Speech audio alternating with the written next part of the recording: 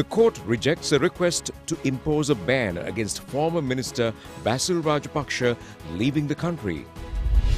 Russia says 315 military locations in Ukraine have been attacked. Now for those and other stories in detail. 17 cabinet ministers have taken oaths before President Gotabaya Rajapaksa at the President's office in Colombo today. And the special feature is that there are 12 new faces in the new cabinet. The new Minister of Public Administration, Home Affairs, Provincial Councils and Local Government is Dinesh Gunawardena.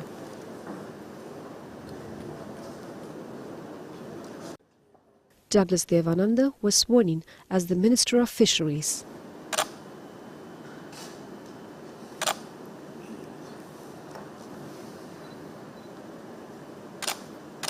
Dr. Ramesh Patruna has taken the oaths as the Minister of Education and Plantation Industries.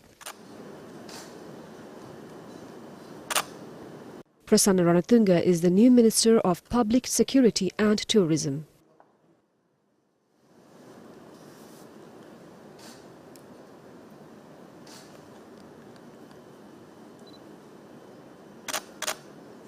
Dilum Amunugama was sworn in as the Minister of Transport and Industries. Kanaka Herath is the Minister of Highways.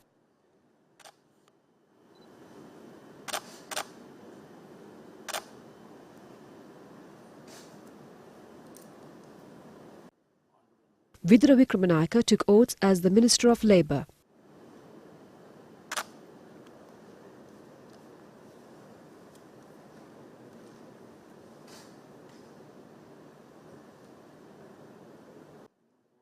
Janaka Vakkumbura was sworn in as the Minister of Agriculture and Irrigation.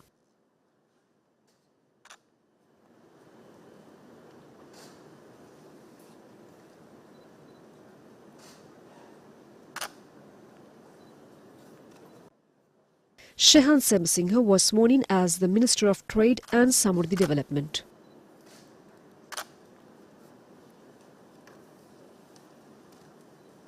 Mohan Priyadarshana De Silva is the new Minister of Water Supply.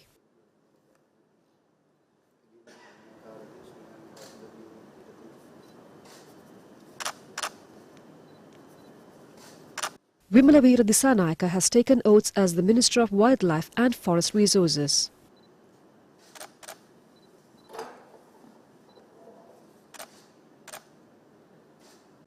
The new Minister of Power and Energy is Kanchana Vijayasekara.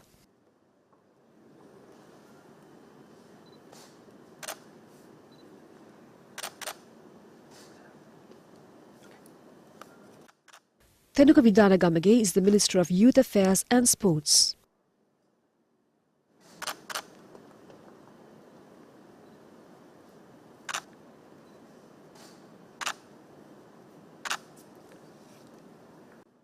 Dr. Nalaka Godaheva was sworn in as the Minister of Mass Media.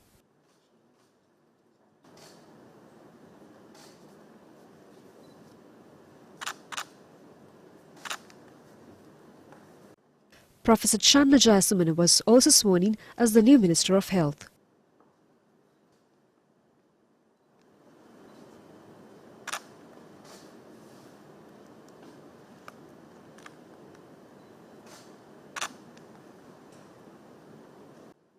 Nazir Ahmed is the Minister of Environment.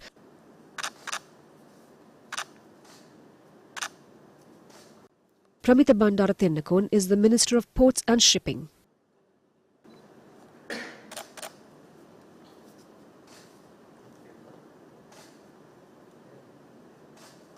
The President's office says that there is no change in the portfolios of President Gotabaya Rajapaksa, Prime Minister Mahinda Rajapaksa, Minister of Foreign Affairs Professor G.L. Peiris and Minister of Finance Ali Sabri. It is for the first time that State Ministers Vidura Vikramanayaka, Kanaka Herath, Janaka Vakkumbura, Shehan Semasinghe, Mohan Priyadarshana De Silva, Vimalavira Disanayaka, Kanchana Vijayasekara, Tenuka Vidana Gamage, Nalaka Godaheva and Channa Jayasumana have received cabinet portfolios. It is also for the first time that parliamentarians Nazir Ahmed and Pramita Bandara Tennakon have received cabinet portfolios. Well, that's the new cabinet of ministers, and now 24 new state ministers were also sworn in before President Gotabaya Rajapaksa this evening. Professor G.L. Peiris is the new State Minister of Defence. Rohan Dissanayake was sworn in as the State Minister of Provincial Councils and Local Government. Arundika Fernando is the new State Minister of Plantation Industries. Lohan Ratwata took oaths as the State Minister of Urban Development. Taraka Balasurya is the new State Minister of Foreign Affairs. Indika Anuruddha is the State Minister of Housing. Minister of State of Water Supply is Sanat Nishanta, and the Minister of State Mahavali is Siripala Gamlat. Anuradha Jayaratna is the State Minister of Irrigation. Sisira Jakuri was sworn in as the State Minister of Indigenous Medicine. Prasanna Ranavira is the State Minister of Industries. The new State Minister of Tourism and Fisheries is D.V. Chanaka. D.B. Herath was sworn in as the new State Minister of Livestock Resources. Kader Mastan is the State Minister of Rural Economy and Cash Crop Promotion. Minister of State for Trade is Ashoka Priyantha. The State Minister of Estate Housing and Community Infrastructure Facilities is A. Aravind Kumar. Geeta Kumarasinghe was sworn in as the State Minister of Cultural Affairs and Performing Arts. The new State Minister of Cooperative Services, Marketing Development and Consumer Protection is Gunapalaratna Sekara. Kapila Nuwan Athukorala took oaths as the State Minister of Minor Export Plantation Development. Dr. Gayashan Navananda is the State Minister of Health. Suresh Raghavan took oaths as the State Minister of Educational Services and Reforms. The other state ministers who were sworn in were Diana Gamage, State Minister of Transport, Sita Arambepola, State Minister of Education and Technology, and Vijita Berugoda, State Minister of Ports and Shipping. Now, President Gotabaya Rajapaksa says that the ministerial portfolios is not a privilege but a responsibility. Well, he requests all the new ministers to commit themselves for an honest, efficient and clean administration without using any privileges.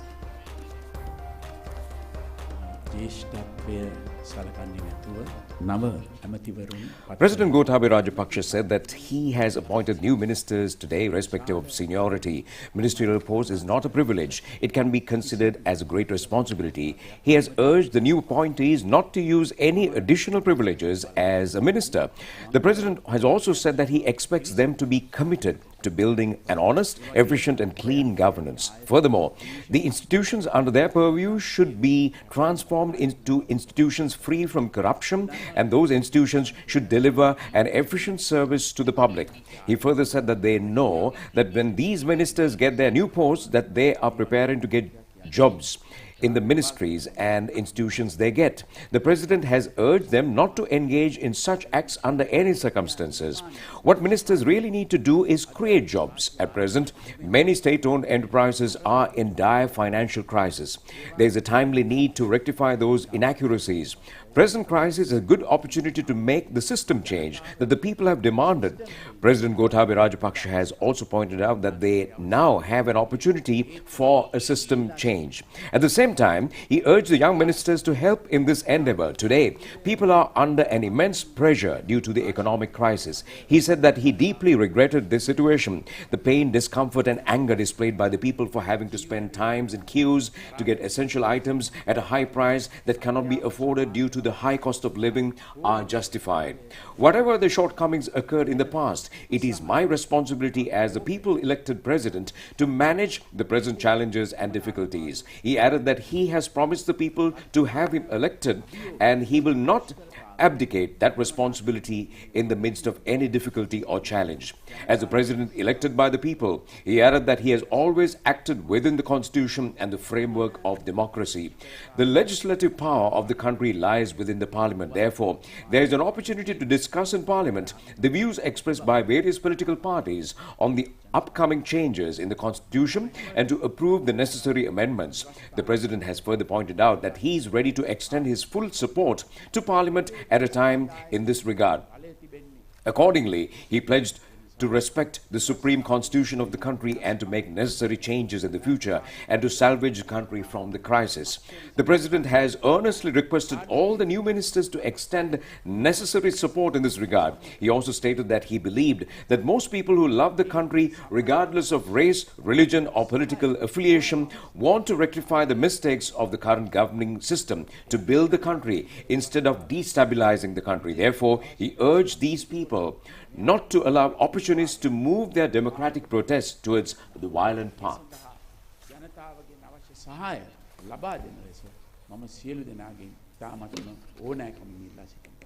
ජාති ආගම් හෝ දේශපාලන ભેදයකින් තොරව රටට ආදරය කරන වැඩි දෙනෙකුට අවශ්‍ය වන්නේ වත්මන් පාලන ක්‍රමය තුල ඇති වැරදි නිවැරදි කොට රට ගොඩනැගීම මිස රට අරාජික කිරීම නොවේයි කියලා මම විශ්වාස කරනවා.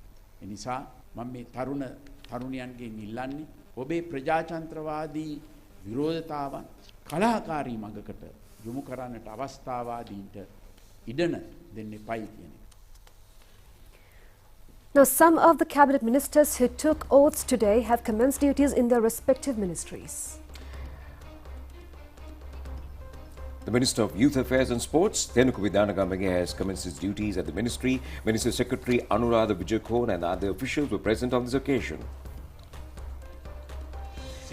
Minister Thenuku Vidanagamage has called on all youth to give strength and extend assistance. He has also said that he is taking over the portfolio at a time when efforts are being launched to resurrect the sports in the country. He also said that this program to uplift sports can be carried out for the past 1.5 years.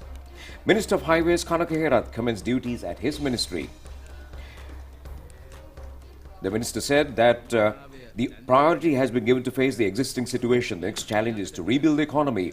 The minister also said that the investments needed for the country will be carried forward. Shehan Semasinghe, sworn in as the Minister of Trade and Samruddhi Development, also commenced his duties at the ministry today. Former Trade Minister Dr. Bandula Gunawardena was also present on the occasion. Professor Chandra Jasumana has also assumed duties as the Minister of Health at the Health Ministry. Well, the minister said that preparations are underway to reorganize the institutions under the ministry. The minister further said that they have been able to save the lives of thousands of people from the COVID pandemic due to the efficient health management system.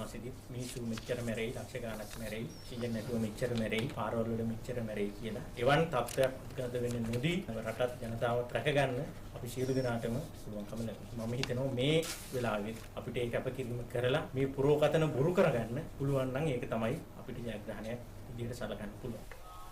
The new Minister of Agriculture and Irrigation, Janaka Wakkumbara, assuming his duties at the ministry. Former Minister of Agriculture, Mahindananda Alutgamage, was also present. The minister said that a problem faced by the farmers in the recent past has been the shortage of chemical fertilizer. He added that they are hoping to fulfill the requests of the farmers by importing and distributing among them chemical fertilizer within a short period.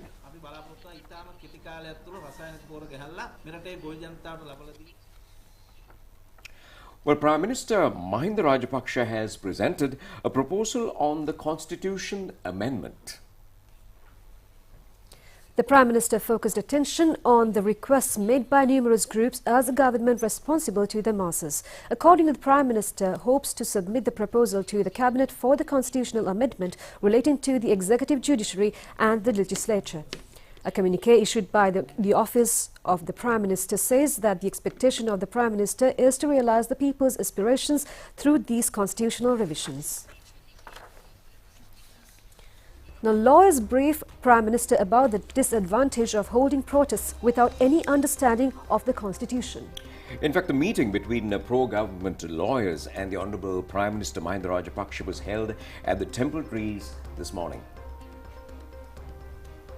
Discussions were held on resolving the problems that have arisen in the country so far and the prejudice caused to the country due to the ongoing struggles against the government. The lawyers pointed out that the removal of the president was unconstitutional, and it appears that without a clear understanding of the constitution, the struggles were being led by an organized group based on problems currently faced by the people.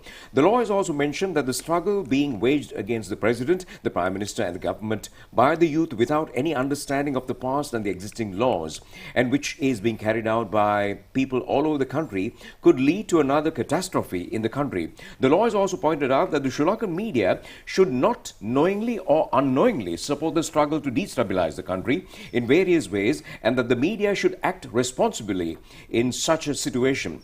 Lawyers further pointed out that the organized gangs are using the people to embarrass the government and to remove the president and the prime minister to achieve their narrow goals. So, it is imperative that the president and the prime minister act with courage in fulfilling the needs of the people with clear understanding of this crisis. Prime Minister Mahinda Rajapaksa stated that the government is working to resolve the crisis in the country and that the people should be aware of the political conspiracies being carried out by other organizations using the people. A group of lawyers, including President's Counsel W. Dayaratna and Rashik Shahrukh, were present at this occasion. Now, the IOC has once again increased fuel prices. The new prices came into effect last midnight.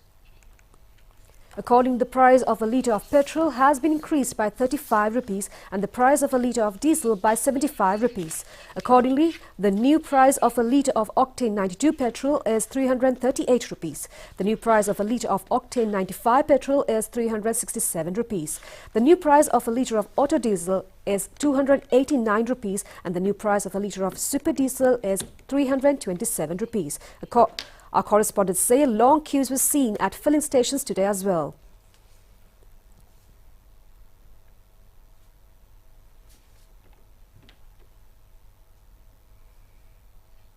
Meanwhile, the Public Utilities Commission says a 3-hour and 20-minute power cut will be enforced tomorrow. Well, talking of oil prices, world oil prices has risen to $112.79 per barrel, which is the highest from the previously recorded oil price after the 30th of March this year. Well, the Brent crude oil recorded $112.79 per barrel today, which is the highest since 30th of March that recorded $113.8 per barrel of crude oil. Oil surged to the highest since 2008 in March, with Brent briefly topping $134 as Russia's invasion of Ukraine added to supply concerns due to sanctions on Russia and buyers avoiding Russian oil.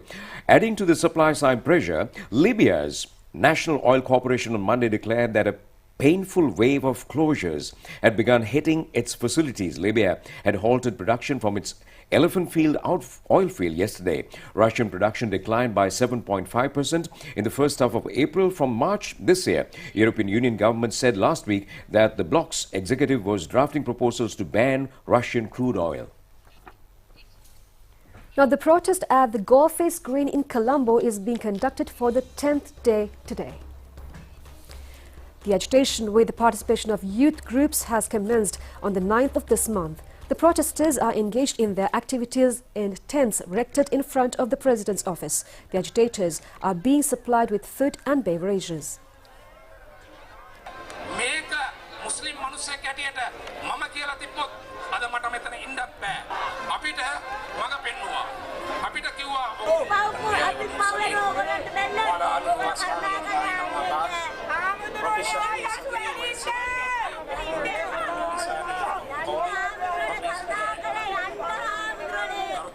සමාජය පිරිසිදු කිරිල්ල මේ සමාජයේ තියෙනා වූ ඒ වෙනස ඇති කරන්නට කරුණාකර ඔබ ඉන්න තැන් වලින් දුකට බහින්නට තියෙන ඒ පණිවිඩය දෙන්නට අපි කැමතියි.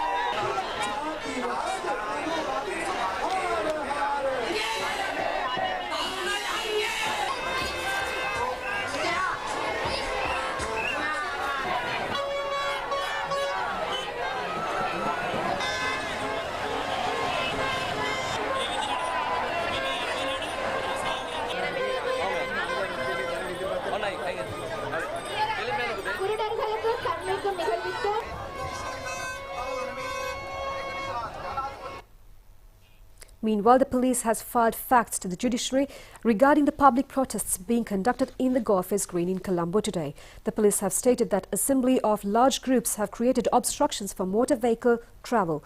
It has also pointed out that if any incidents of breaching of public peace was reported, such information would be presented before the judiciary. The march organised by the National People's Power has commenced from the Wadua town for the second day today. JVP parliamentarians Vij Deherath, Harini Amarasuriya, Politburo members K.D. Lalkant and Nalinda Jatissa and party activists have also joined the march. It will end from the Moratuwa town today.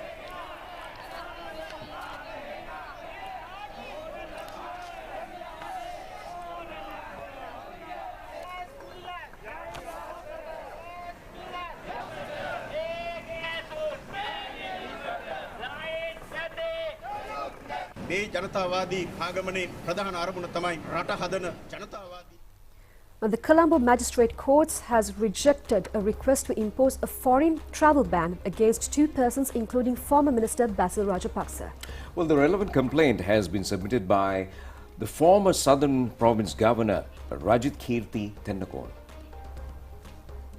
The Colombo Magistrate Courts has issued summons on former Governor of the Central Bank, Ajit Niwat Kabral, to appear before courts on the 2nd of next month. Accordingly, the foreign travel ban imposed on Ajit Niwat Kabral has also been extended till the next court date. However, the court has rejected the request to impose foreign travel bans on former Minister of Finance Basil Rajapaksa and former Secretary to the Ministry of Finance S.R. Artigala.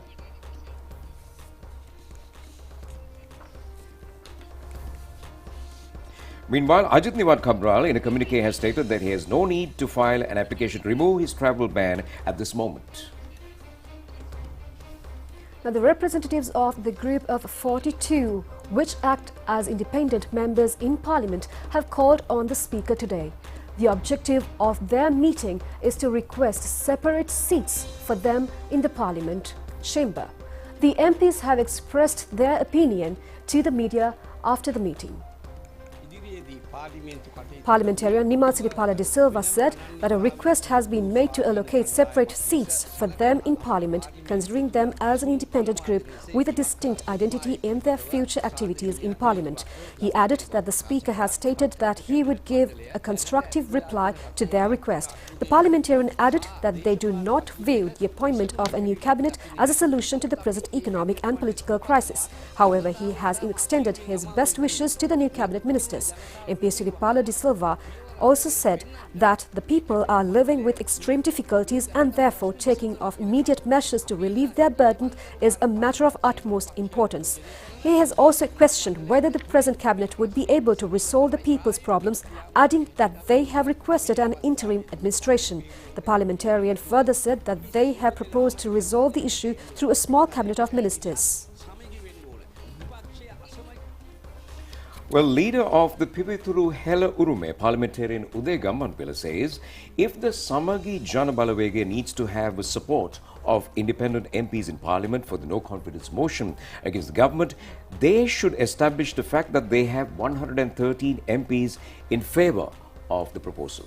The parliamentarian adds that another problem has cropped up as a result of the SJB still failing to express their willingness to form an interim government. He has made these remarks at a media briefing today. Leader of the Pivithuru Hela Urume, parliamentarian Uday Gammanpila, said that in order to pass the motion, support of another 87 members is needed in addition to the 46 MPs. However, the SJB has not yet conducted discussions with other political parties and groups. He has identified the no-confidence motion as a no-win, no-loss issue. If the motion was defeated, the government position would be strengthened in Parliament. On the other hand, if the opposition wins, the government would have to be dissolved. However, SJB is not in favour of an interim government, which means that a new government would not be formed in Parliament. This would only lead to an ungovernable state in the country. The ultimate outcome of such an immense crisis would be the country pushing towards another parliamentary election.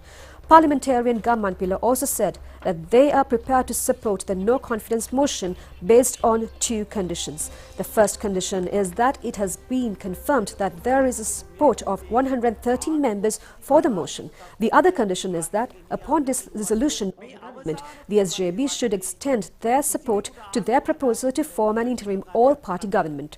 He added that the background to defeat the government would be processed only if SJB agreed to the 2 conditions. Well, the New Year season or the out of the season is still on, and highlight is Little England Norelia in the hills. Local and foreign tourists visiting the Sundara Norelia Sanalhini Vasante will have several more days to enjoy themselves. National Television is the official media sponsor of this unique event. සුන්දර Nuwara Eliya Salalihini වසන්තය 2022. Today was the final day of the flower exhibition of the Sundara Norelia Salalini Vasante at the Victoria Gardens. The winners of the flower competition were distributed prizes, and the exhibition had been conducted for the 45th occasion.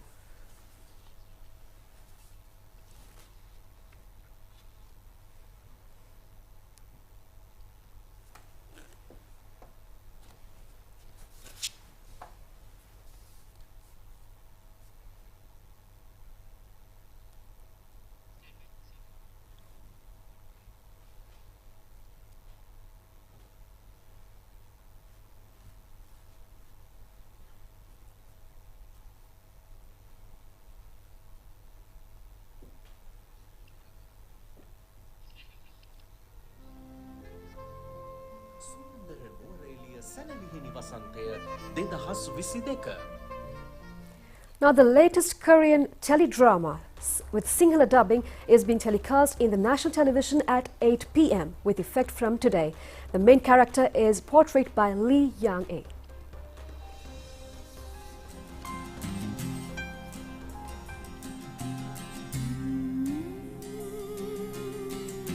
මතක සිත්තම් අසිරි විසිරි වර්ණගන්නු. This is an enchanting love story of a courageous daughter. A special feature has been that 2 actors and actresses, including the main actor, have been nominated at the SBS Award presentation ceremony in 2017.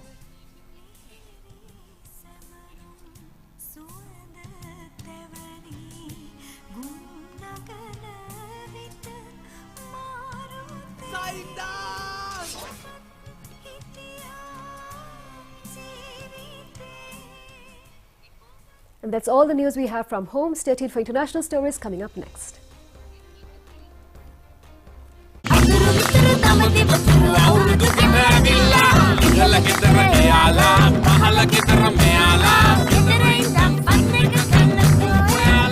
Creama Kottumi, hot and spicy Nava Vasarak Veva.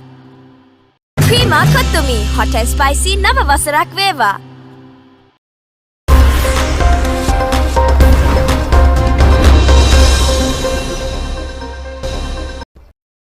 Well, Dilanjali, the entire world's focus is on the Russia-Ukraine crisis. Still no signs of any kind of solution, and in fact Russia giving an ultimatum for Ukraine to surrender. But of course Ukrainians being very brave and not heeding that request, but they really want to defend themselves. And they are willing to fight till the end, as the president says, and also that is kind of ending the attempts of the peace talks, as the president has mentioned. On the detail, Russian state media has reported that its military struck a total of 315 targets in Ukraine overnight, with several cities bombarded. Russia's defense ministry said it had destroyed 4 military equipment warehouses in Ukraine overnight with Iskander missiles. Russian Defense Ministry spokesman said that high-precision air-launched missiles destroyed 16 Ukrainian military facilities during the night, and Russian air defense systems shot down 2 Ukrainian fighters.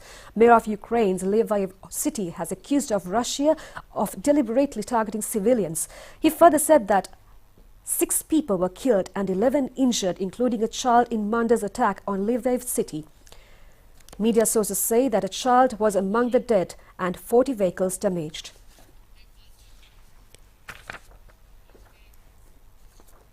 Creama Kottumi, hot and spicy Nava Vasarak Veva.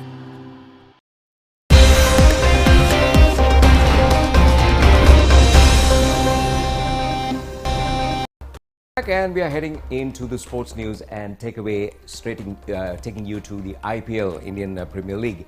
And in fact, yesterday was a great day for Sunrisers Hyderabad and also Gujarat Titans, because they became victorious in their IPL matches. That was yesterday. Sunrisers Hyderabad team beat the Punjab Kings team by 7 wickets in an IPL match played in Mumbai.